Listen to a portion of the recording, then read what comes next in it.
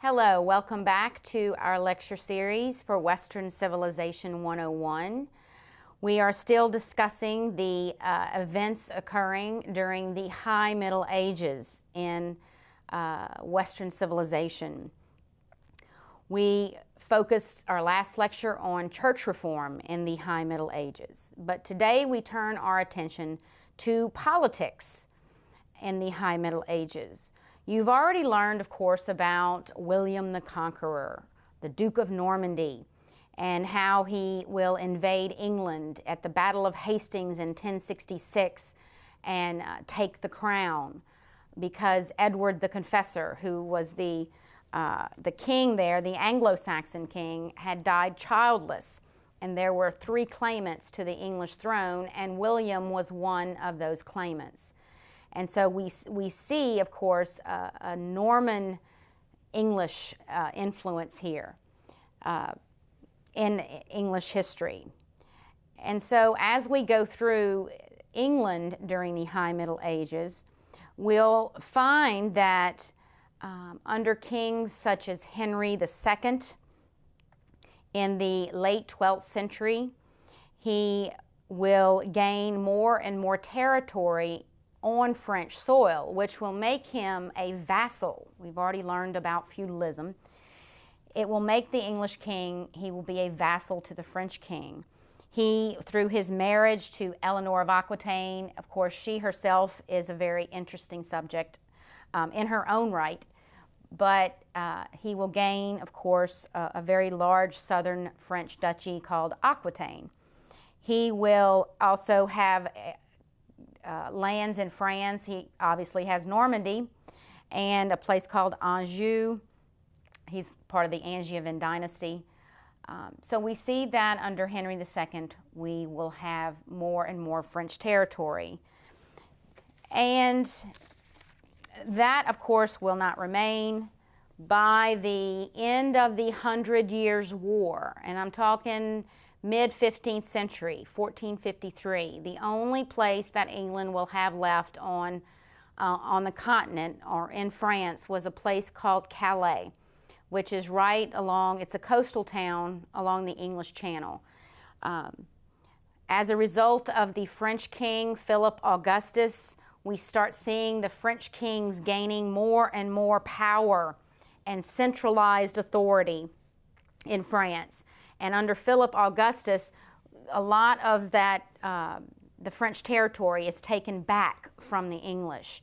And then when we go through the 100 Years' War in the later Middle Ages, we will see that England will lose the rest of it. Any of the territory that she has left, England will lose it, of course, except for that small little town of Calais on the coast with the English Channel. You also have some different English kings here politically with the High Middle Ages. You may have heard of Richard the Lionhearted. He was a crusader, spent most of his time on crusades, more time on crusades than he actually did in England. King John's very famous because he was forced to sign a very important document for American history too. It's called the Magna Carta, which would guarantee respect the traditional rights of the vassals. The king would have to do that. And you know, it said the crown could not raise money without the consent of the barons. You've heard in previous lectures, especially with English history, and when we were discussing the Anglo-Saxons and the Norman conquest, that the king, the figure of the king in England, will gain more and more power and more centralized authority. You also heard in previous lectures how the king, it was basically a crime. If you committed a crime anywhere in the country, it, you know, would fall to the king. If you committed a crime in the king's forest, for example, or on a road the king had built. It wasn't just if you physically harmed the king's person. So we see that the kings in England are gaining more and more power. But with this Magna Carta, even though these kings didn't follow it, obviously, at first, it will become very important for future monarchies. And eventually we'll see England becoming a constitutional monarchy, because Parliament will take more and more power eventually in England. Edward I, a king during this High Middle Age period, actually it was Edward I that had the role of the English Parliament defined. You know, it had been a meeting of the King's Great Council, maybe barons or church lords. And, you know, if the king needed money, he would call them. And what we get out of this, of course, is the first Parliament. And so we see the beginning of that, and, of course, they will eventually gain more power in English history. Now, we see, of course, in France, I've already mentioned during the High Middle Ages that the French kings in the beginning were not very powerful, very central figures. They would only control a very small area, the Ile-de-France, which was there around Paris. But as we go through French history and the different the French kings here, the Capetian dynasty will actually rule for, and you've actually heard that term in a previous lecture, the Capetian dynasty, started by a man named Hugh Capet, who was a figurehead at first, but French kings during the High Middle Ages gain more and more power, more and more centralized authority as they start gaining more and more land. You've heard, of course, that land is wealth and it is power, and that's what happens here in France with this Capetian dynasty that will die out in the 14th century. Philip IV, another French ruler in the High Middle Ages, will have an altercation with a pope by the name of Boniface the Eighth, and we're seeing here in this altercation that the French kings are trying to gain dominance over the city, the papal states, and the Pope. We know from past lectures that the Holy Roman Emperor was dominant at one point. The popes would ask the German emperors for protection. For example, Otto the Great. The popes ask Otto the Great for protection. We're going to see here Philip IV will start trying to dominate the papacy as well. And eventually during the later Middle Ages, we have what's called the Great Schism. And some of these popes will be French, and they will actually live within French territory. It's a place called Avignon. And we eventually get a pope in Rome. We have a pope in Avignon. There's a council that will elect another pope. We end up with 3 popes at one time. And so the church actually becomes quite a mess during the later Middle Ages. And you know, in Spain, we have, during the High Middle Ages, we have the Reconquest. Basically, the Muslims will get pushed out of most of Spain until they only control a small area in the south called Granada. The Holy Roman Empire during the High Middle Ages, we have a lot of Frederiks.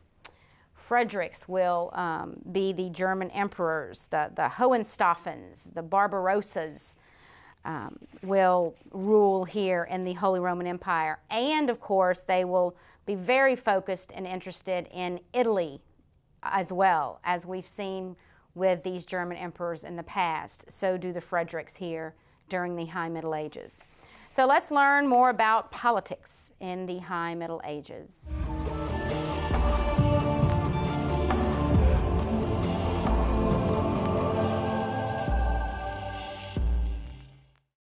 Hi. Today we're going to discuss politics in the later Middle Ages. And what we're going to do is focus primarily on Western Europe, and then we'll bounce around and look at the Iberian Peninsula, and then look at Italy too to see what happens there. But we'll begin with England. And of course, the big event in English history was the year 1066. And that is the year that William, Duke of Normandy, invaded England, Anglo-Saxon England, and won at the Battle of Hastings.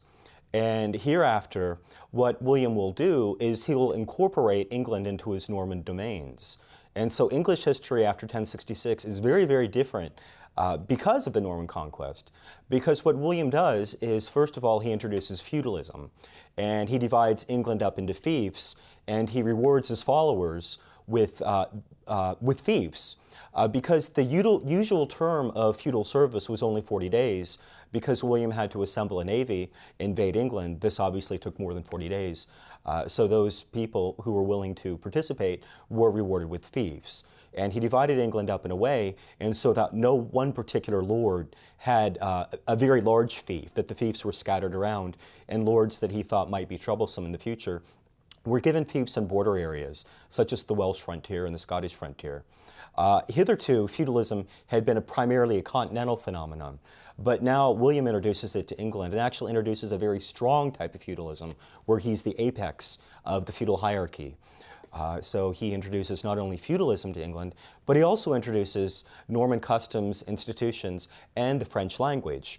Remember, the Normans were initially Vikings, Norsemen, who were given counties at the mouth of the Seine River. Well, over a couple of hundred years, they assimilated fairly rapidly, and French was their language. French will become the language, the administrative language of England for a few hundred years, and the legal language of England for even longer.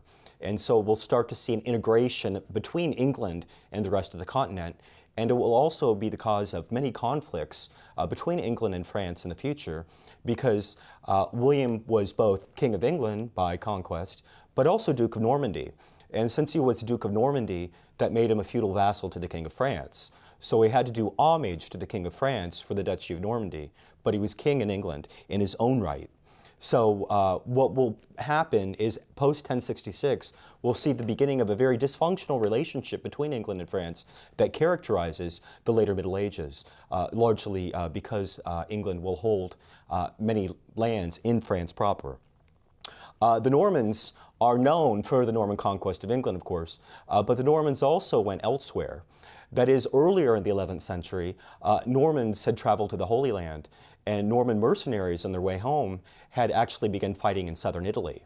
And what will happen as more and more of them come, and the word gets back that the money's pretty good, these Norman mercenaries in southern Italy will fight, and then eventually cobble together a kingdom. And southern Italy will be ruled by the Normans, and then using southern Italy as the launching pad, the Normans will conquer Sicily, and Sicily will be taken back from the Muslims. So when we talk about the Norman centuries in the 11th and 12th centuries, the Normans create a kingdom in southern Italy and Sicily, but they also conquer England. And so we'll have the unification of northern France, Normandy, with England. In France, and the counterpart, William establishes a new dynasty in England. In France, however, the dynasties that is established in 987, after the death of the last Carolingian, is the Capetian dynasty. In 987, Hugh Capet is elected king of the West Franks at that time. Hugh Capet was elected king because he was fairly weak. He was only a count of Paris. And many of the magnates, such as the Duke of Normandy, the Dukes of Aquitaine, were much more powerful and had much more land. So when Hugh's elected king of France, we have the beginning of the Capetian dynasty, but Hugh himself is a very, very weak king. What he does is he asks his vassals for permission to have his eldest son crowned co-king while he's still alive, and they reluctantly agree. But what this begins is a system of primogeniture in France, and primogeniture is a system in which the eldest son inherits all holdings. The Capetians, until the late 12th century, every Capetian king will have his eldest son crowned co-king while he's still alive. But this sets the precedent. And so by the 12th century, it's become very, very clear in France that the king's eldest son will become his heir. And thus we have a system of primogeniture. Now, the land that Hugh Capet controls in 987 is not particularly large. That is, his area, the Royal Demesne land, the area that he controls directly, is known as the Island of France, or the Ile-de-France. And it's roughly a piece of territory which extends from the city of Orleans to the city of Paris. So it's not particularly large. It's certainly much smaller than Normandy and much smaller than Aquitaine. And the pattern that we'll see in French history throughout the Middle Ages is from these very humble beginnings. Hugh Capet was elected king, right? He establishes a dynasty, but the history of France is really a history of dukes and counts. And what Hugh and his descendants will eventually do is they will break this pattern. And throughout French history, we'll see in the Middle Ages the Ile-de-France gradually absorb more and more of France, until by the end of the 13th century, France takes on kind of a modern appearance as more and more of these duchies and counties are incorporated into use territory. Now, for the Capetians, the first 100 years of their history was really a history of survival. And in fact, the domain land actually shrunk. So it was very difficult for you and his descendants to actually get the vassals, even within the Ile-de-France, to obey the king, much less the vassals outside the realm, the immediate realm. Generally, the further away from Paris you were, the less likely you were to obey the king. And so when you calls on his vassals to do homage, often if you're the Count of Toulouse or the Duke of Aquitaine, you simply don't appear because he can't make you. He doesn't have the military force. And you become Count of Toulouse, Duke of Aquitaine, de facto independent rulers. So the royal domain for the Capetians, the Ile-de-France, actually shrinks and gets smaller. And this is the pattern throughout the first 100 years of Capetian history. So when William the Conqueror conquers England, William the Conqueror's feudal overlord in France, is actually a very, very weak king. It's really not until the time of the First Crusade that the Capetian realm actually starts to expand, and that's simply because the king at the time was able to mortgage lands that as many knights wanted to go on the First Crusade, and they didn't have the money, so they'd sell their lands to the king, and so the king was able to expand his realm that way. It's not until the 12th century that we start to see the drastic expansion of the Capetian realm. And that is done first and foremost by a king known as Louis VI. Louis VI, or alternately Louis the Fat. And he reigns from 1108 to 1137. And what he does is he's able to expand the Capetian realm through constant military activity. He's known as Louis the Fat because later in his life he gets so big he can't get on the horse by himself.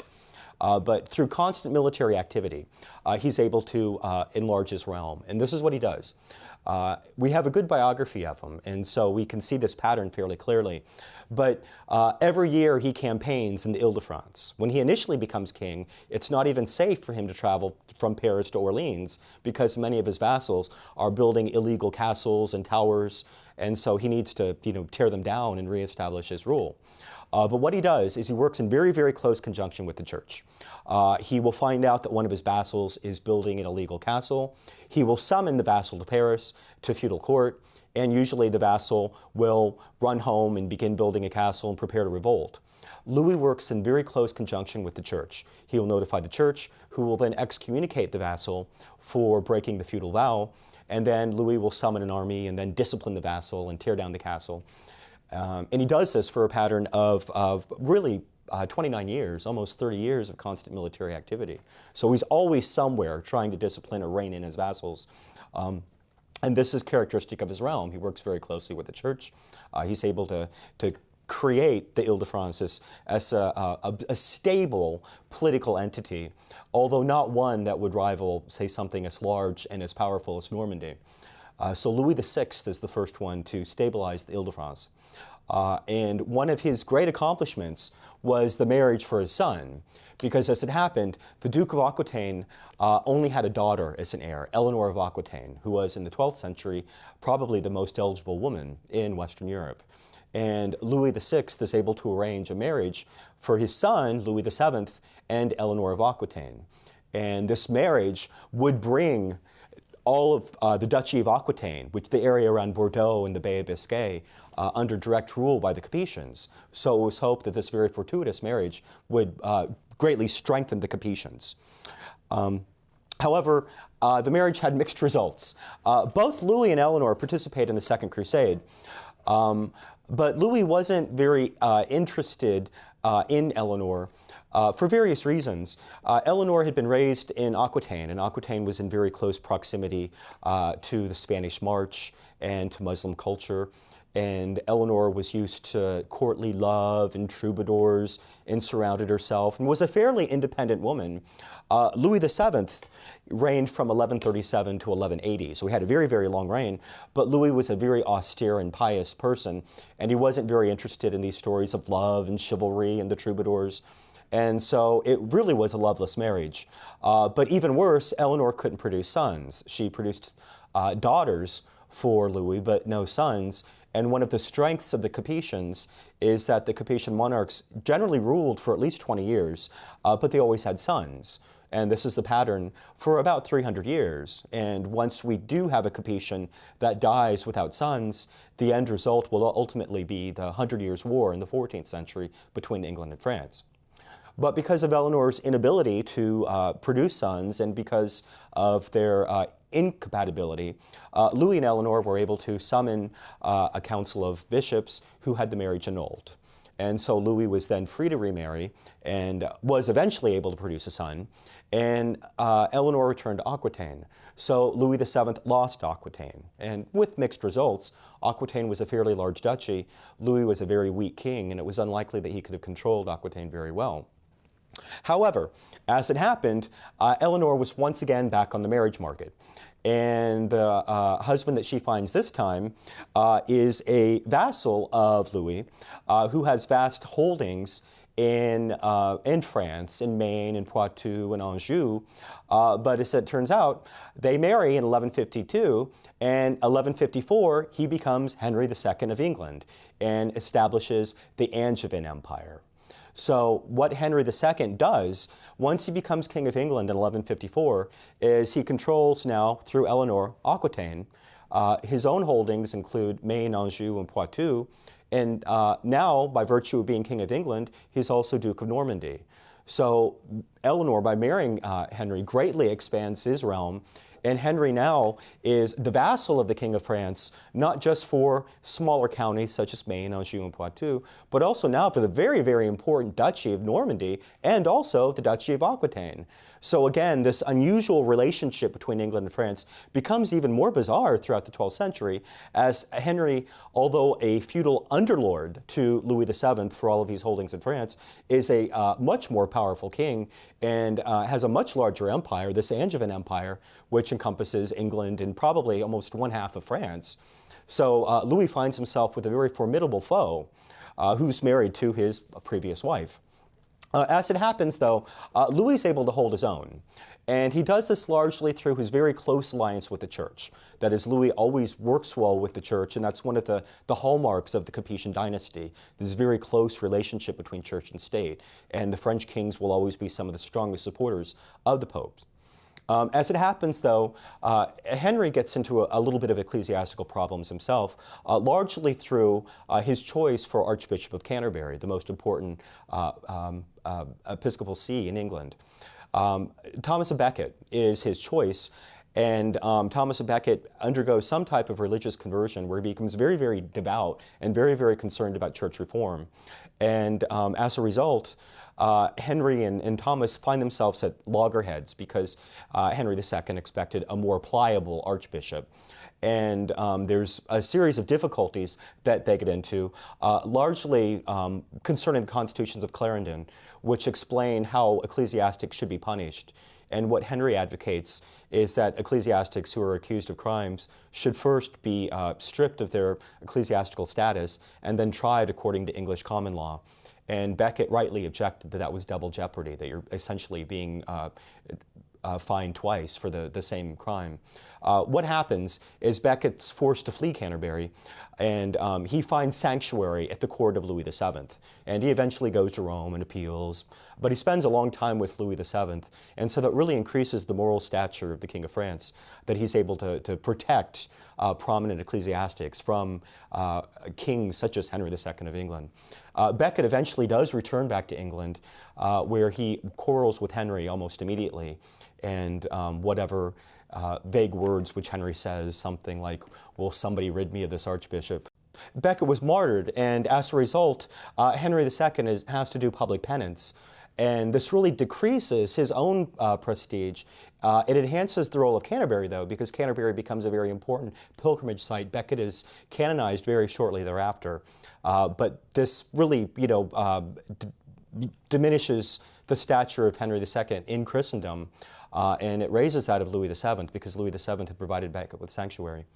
The other big crisis between Louis VII and Henry II concerns Henry II's sons. Whereas Eleanor couldn't produce any sons for Louis VII, she produces multiple sons for Henry II. And this will cause difficulties because as the children grow, all of them wanted actually a piece of the pie or part of the kingdom. And so Henry has to work out, various agreements with who's going to get what, who's going to succeed him, who will become Count of Blois or Anjou. And so these difficulties or family disputes really work to Louis's favor because Louis is able to conspire with the sons, and especially Louis's own son, who will become Philip II of France, or Philip Augustus, will also conspire with them. And Eleanor, the mom, gets involved because she, of course, has her favorite sons, and so she will pick one son or another son. And so we have a lot of family drama within the Angevin Empire over Henry II and his sons. And this will do much to weaken Henry's authority, especially near the end of his reign. And many of his sons are in active rebellion against him. And eventually, Eleanor is placed under the equivalent of a house arrest because of her involvement in these revolts. What Henry does as king, though, is he creates a large Angevin empire, and he helps standardize the English common law. So increasingly in England, the law is becoming common throughout the realm. But like William the Conqueror, and like most English kings we'll see in the later Middle Ages, he's a French speaker.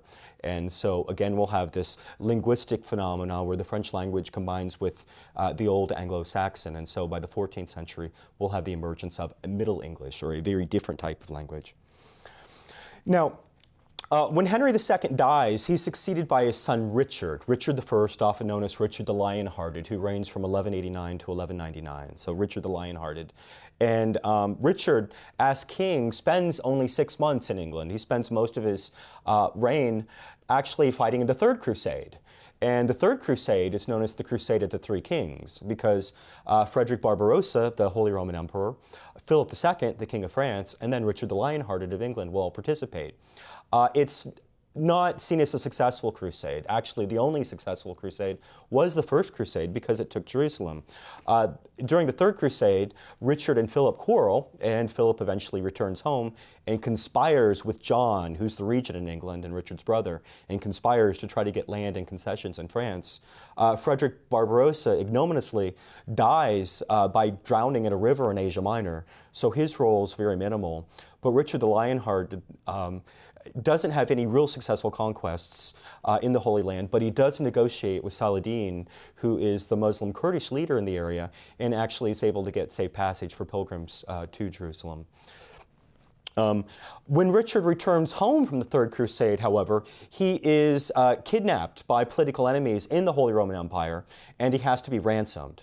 And this was a big scandal at the time because we have a king returning from a crusade who's actually captured and ransomed by Christians. He is ransomed and comes back and eventually quarrels with Philip II of France, Louis VII's son, and it looks like Philip's not going to be able to hold his own. But luckily for Philip, Richard dies, and Richard is succeeded by his brother, John. John reigns from 1199 to 1216. And he's often depicted as the archetypical weak monarch. He's often called Lackland because he lost so much territory, or Soft Sword because he wasn't a good military leader. However, he did have successful campaigns in Wales and elsewhere. The problem was all of his continental campaigns were a failure. And in fact, what Philip II of France does is he launches campaigns against John. He's able to use John's unwillingness to do proper homage to him at Paris as an opportunity to attack his lands. Philip finds reasons to summon John to feudal court in Paris, and John refuses to go because although he's a feudal vassal to Philip II for all of his multiple holdings in France, he's nevertheless King of England in his own right. And so there are multiple feudal violations that occur, and Philip summons John repeatedly to feudal court.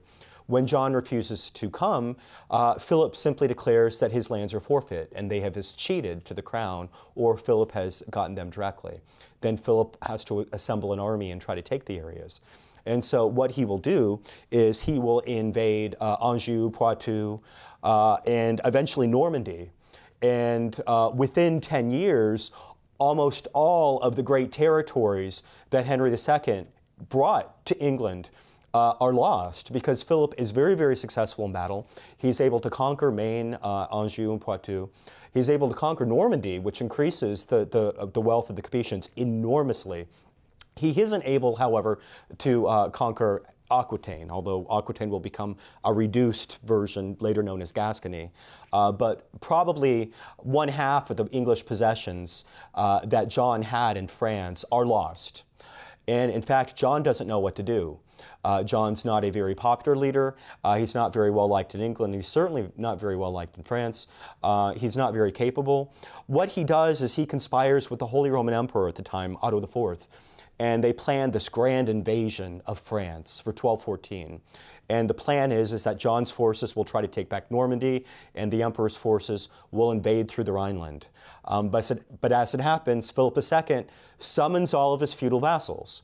And this is unprecedented. When it looks like France is going to be overrun by these foreign powers, Philip II summons all of his feudal forces, and at 1214, at the Battle of Bouvines, Philip II wins. That is, the Emperor and John are both defeated. Normandy's lost. Normandy's now French, controlled directly from Paris, from the Ile-de-France. And Maine and Poitou and Anjou, these counties are lost too.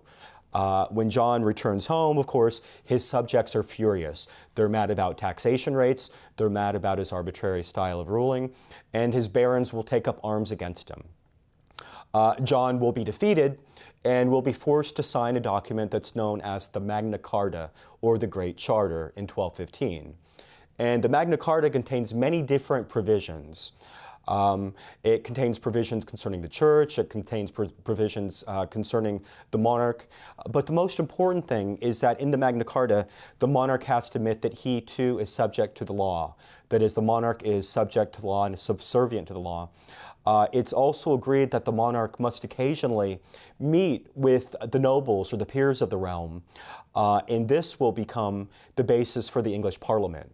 That is, the king is forced to concede that he's subject to the law, and that in order to collect taxes and to get special levies, that he needs to get permission from his subjects. The other object in the Magna Carta was important is the idea of due process, and that is John can no longer arbitrarily imprison his subjects, and that the free people in England are entitled to a fair trial by their peers. Now, in 1215, probably only 50% of England was technically free because of the large number of serfs, but as freedom extended, so did these privileges. So the Magna Carta not only is the basis of the English Parliament, but also the basis for due process in the English common law tradition.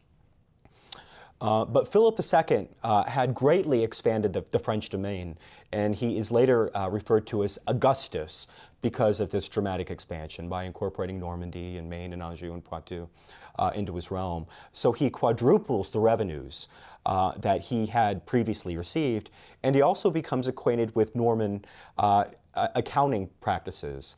And in Philip II's reign, the French court was still fairly primitive, and it was only starting to, have a proper archive and a proper chancery. And largely both London and Paris imitated Rome, the papal monarchy that was evolving in Rome, and they looked towards Rome for inspiration for a court, for law, and how to develop their realms. With the addition of all these new provinces, not only did Philip quadruple his revenues, but he comes into contact with more sophisticated accounting techniques, which will greatly enhance his realm.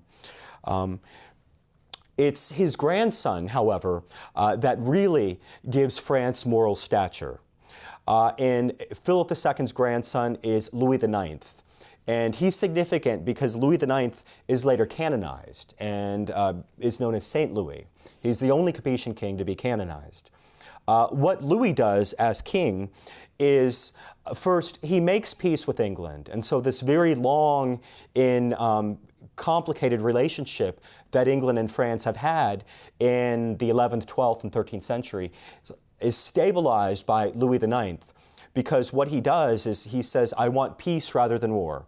And he sits down with Henry III, the King of England, and they work out their differences. And England's holdings in France are reduced to Gascony, which is a small portion of the old Aquitaine. But Henry III recognizes that Normandy, Maine, and Anjou, and Poitou, and all of these provinces are lost and are now French and probably will never be retrieved.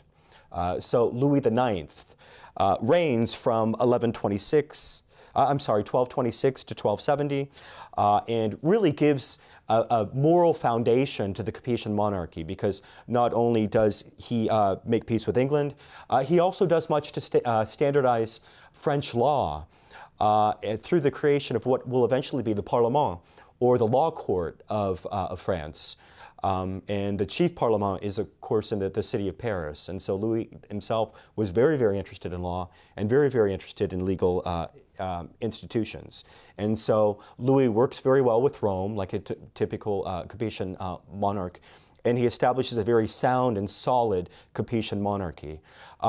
As it would happen, Louis was indirectly involved in a large series of wars that took place in southern France that were part of the Albigensian Crusade, or the crusade against the Cathar heretics in southern France.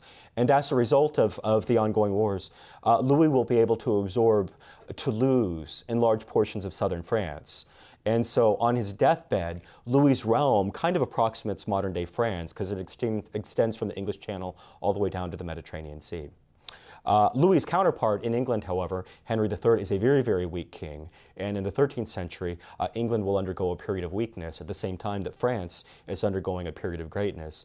And by 1300, France will become the most important and most powerful country in Western Europe. Now, if we move over to the east a little bit and think about the Holy Roman Empire and what happens to the Holy Roman Empire throughout the Middle Ages. Well, we've already seen in the investiture conflict that Henry IV, because of his conflict with Pope Gregory VII, really creates a very unstable empire. So we'll have much instability within the empire. Henry IV, because he was an excommunicate for so long, really doesn't provide strong moral leadership, and that's kind of what you would expect from a Holy Roman Emperor. And because of the investiture conflict, it takes a while for the empire to kind of solidify and expand. Another problem, too, is unlike England and unlike France, kings in the Holy Roman Empire will never become hereditary. Kingship will always remain elective. And this is largely due to the fact that many of the kings are unable to have sons. And so it looks like we might have the beginnings of a dynasty, and then the dynasty will completely peter out. In fact, Henry IV's son succeeds him, Henry V, as Holy Roman Emperor, but when he dies, he has no sons. And so the whole question gets thrown back to the dukes. And so kingship within the Holy Roman Empire will always remain elected. That is, you are elected by the dukes, and then you are king of the Germans. You travel to Rome, and then you're crowned Holy Roman Emperor. As it will happen, the number of dukes that are involved in the election varies greatly. The number isn't standardized until the 14th century.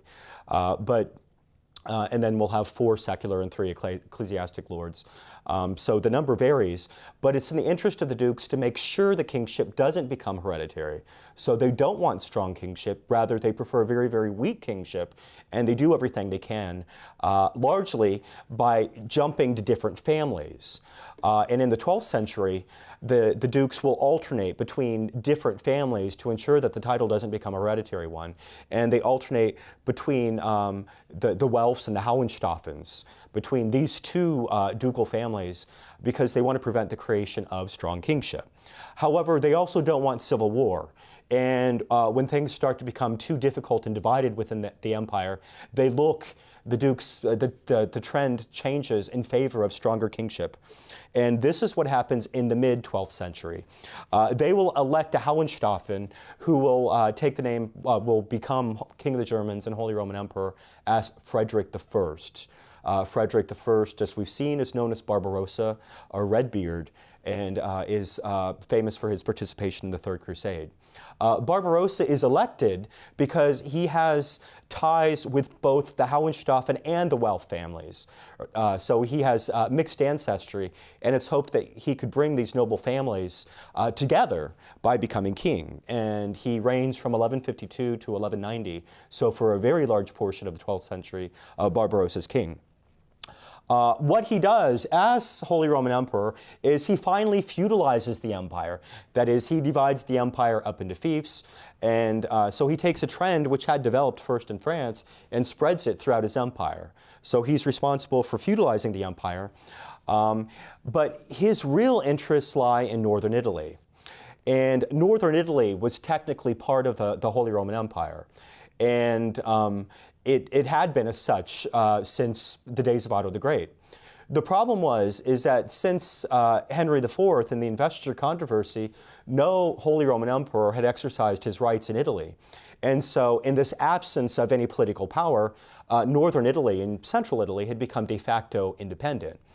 So cities such as Milan were essentially self-governing. Many of them had created communes. That is, they had taken rule back from the archbishop and created governing councils. So many were independent, but actually they were part of the Holy Roman Empire. Now, Barbarossa looks to northern Italy because northern Italy is particularly attractive because it had become very, very wealthy, largely due to the Crusades.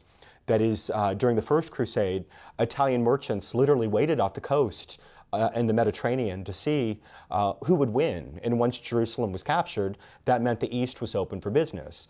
And so merchants from Genoa and Pisa and Venice and many other areas simply waited off the coast, and they were able to transport not only people over to the East, so Western settlers or immigrants or people who would just come over and crusade occasionally, but they also were able to bring Eastern goods back to the West. So the Italian merchants were the lifeline between Western Europe and the East for hundreds of years. And as a result of this connection with the East, northern Italy had become very, very wealthy. Not only did it have the connections with the East, but we have many local industries in textiles and glass and in other areas that were blossoming there. So northern Italy was very, very attractive to Frederick Barbarossa, and he saw it as a way of enhancing his own revenues and as a way of expanding his own realm, because at least these areas were, in theory, subject to him. So Barbarossa begins a trend which becomes very common in imperial history, in the history of the Holy Roman Empire, and he begins to try to subjugate northern Italy. And what he will do is he will launch a series of invasions of northern Italy, and he will try to conquer Milan and conquer all these self-governing cities, which are technically and theoretically still part of the empire, because he's interested in their revenue. And this will cause many different types of reactions. First, there'll be a papal reaction, because the popes aren't very interested in seeing a large imperial presence in northern Italy. Remember, the popes rule over the papal states in central Italy, and so they would prefer to have more of a power vacuum or smaller powers around them rather than have a very large imperial presence. And so the papacy will ally with these smaller Italian states to try to prevent the creation of a large imperial power or presence in northern Italy. The Italian cities in the north, after being defeated several times, will finally ally and unify and create what we call the Lombard League, or the League of Lombard Cities, to try to prevent any further imperial interference.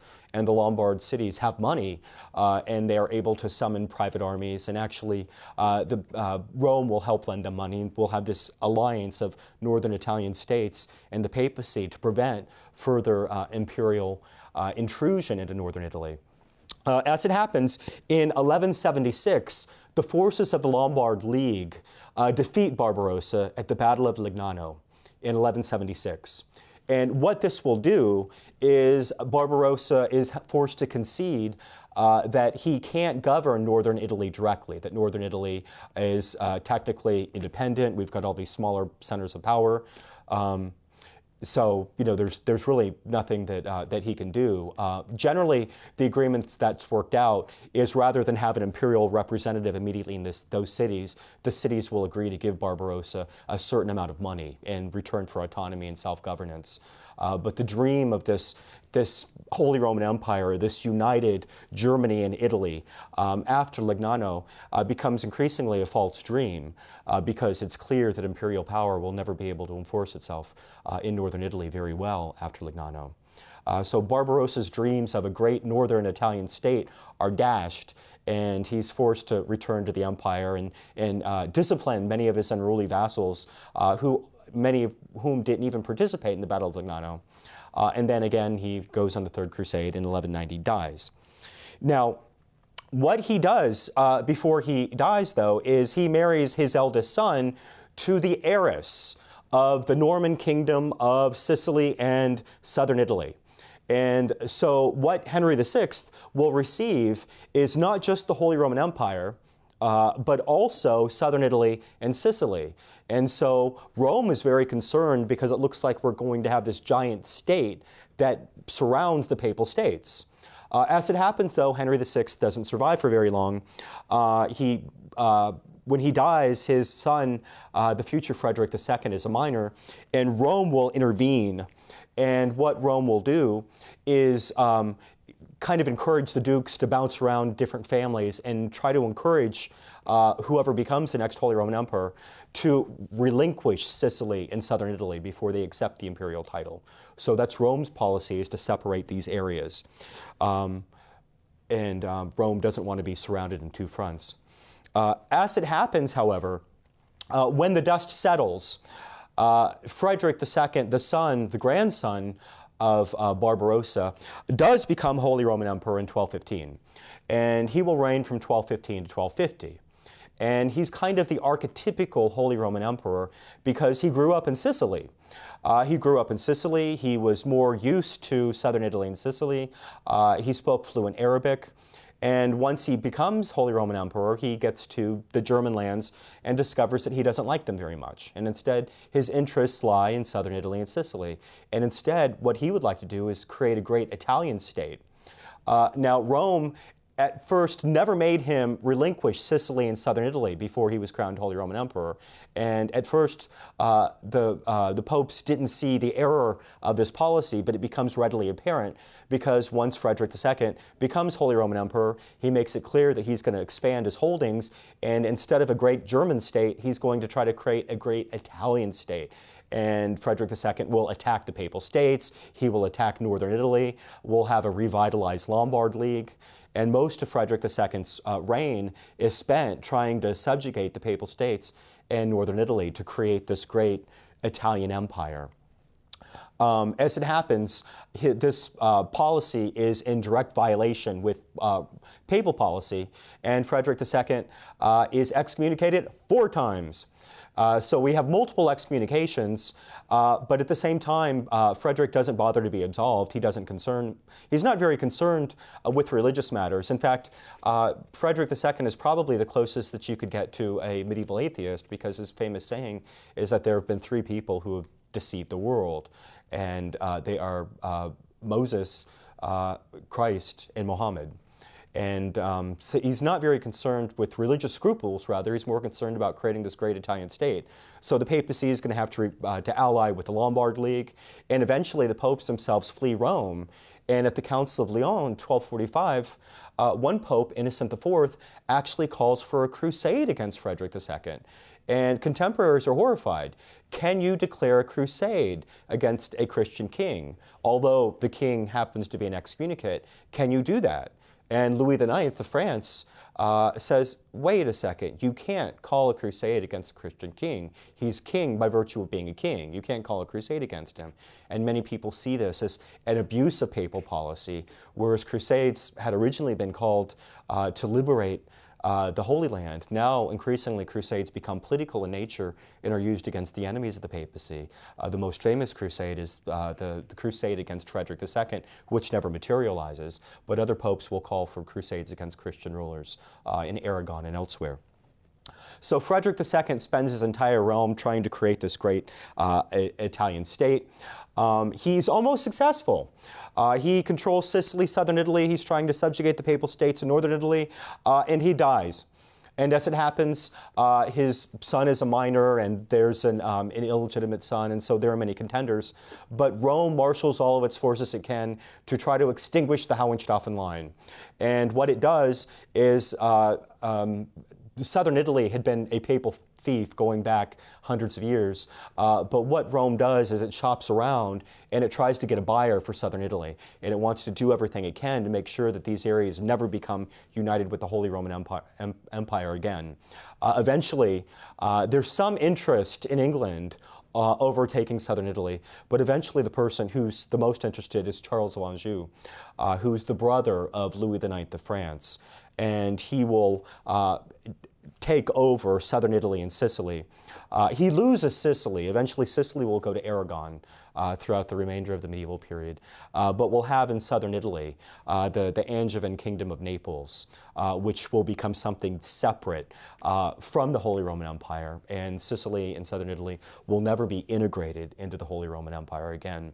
But as a result of papal policy and as a result of the wars of Holy Roman Emperor Frederick II and the popes, what will happen is the Holy Roman Empire will fragment.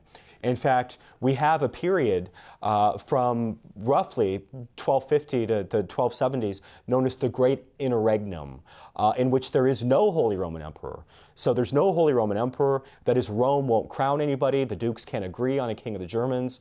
And as a result of this vacancy, power in the Holy Roman Empire becomes weaker and weaker and weaker. It becomes more localized. It becomes more centralized. And really, it becomes a history of dukes in independent cities. So we'll have a great interregnum. As it happens in the 1270s, when there is an election, the electors agree on a man named Rudolph.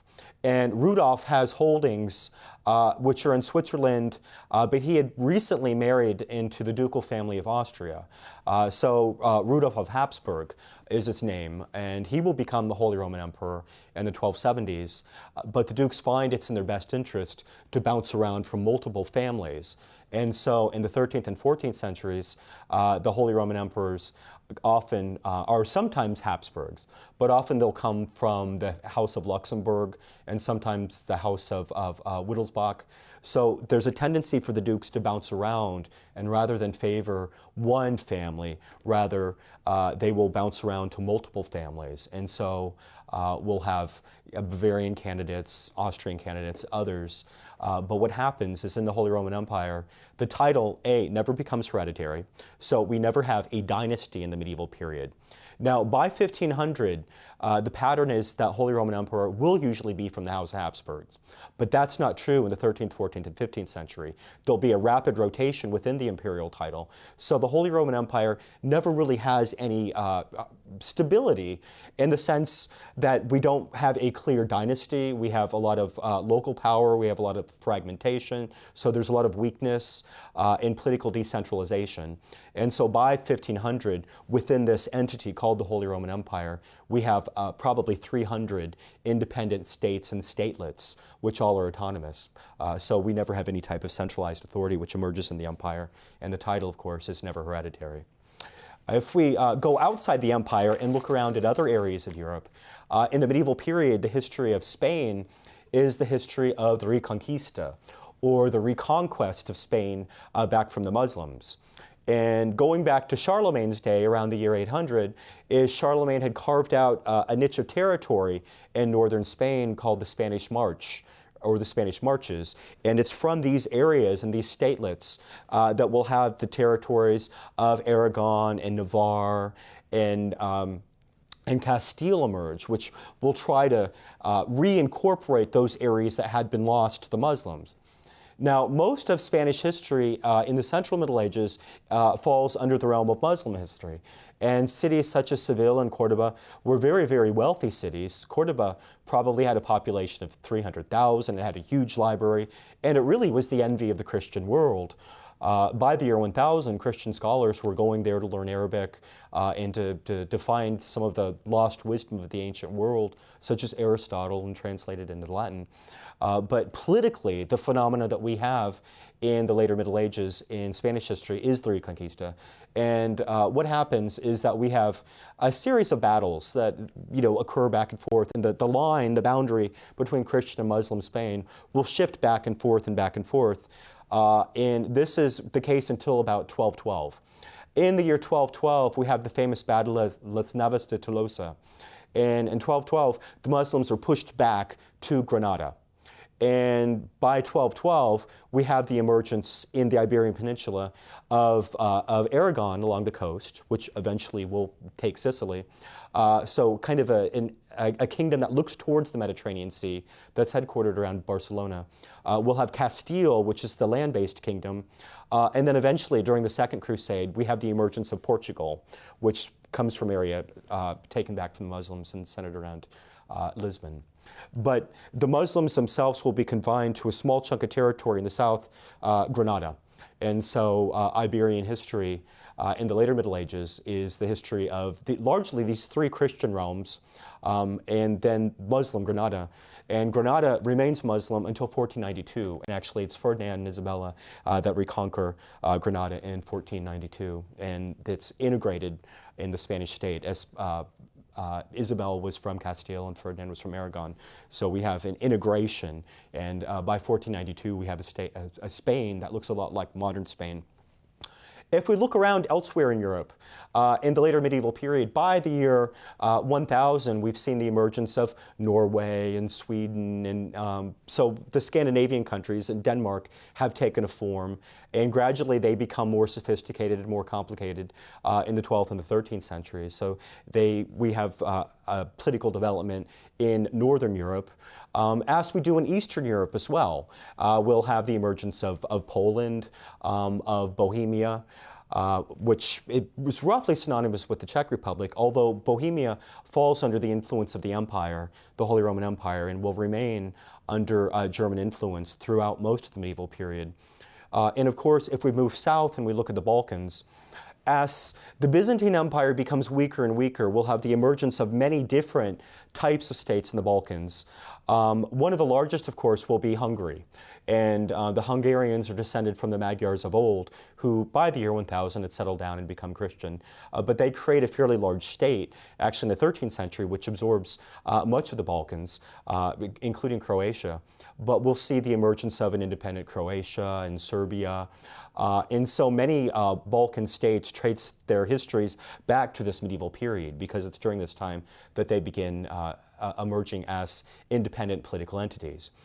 So as the Byzantine Empire becomes weaker, we have the appearance of many different types of states south of the Danube River in the Balkans.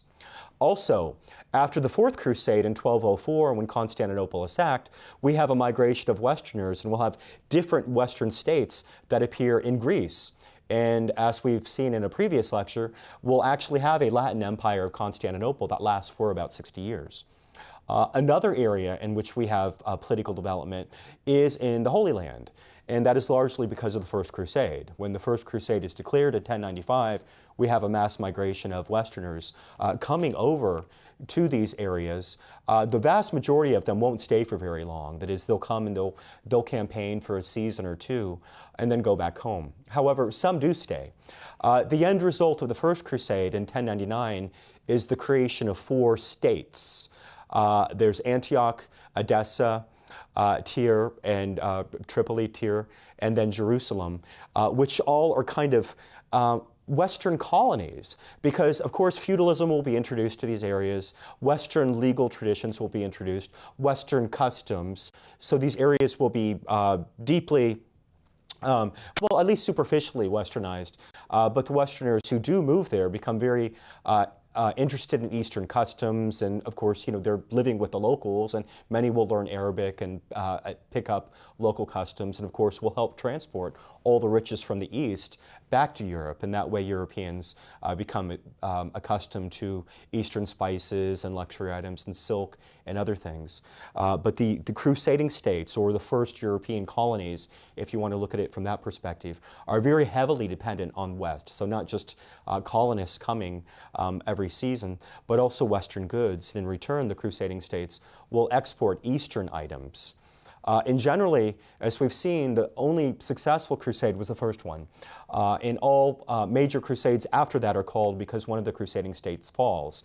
When Edessa falls, we have the Second Crusade. When Jerusalem falls, we have the Third Crusade. And so gradually the crusading states become smaller and smaller. Nevertheless, the Crusades have an enormous impact on the West because the crusading states are the West's first real colonies. And because of these crusading states, people in the West become accustomed to Eastern goods, and they become part of their everyday life. Thank you.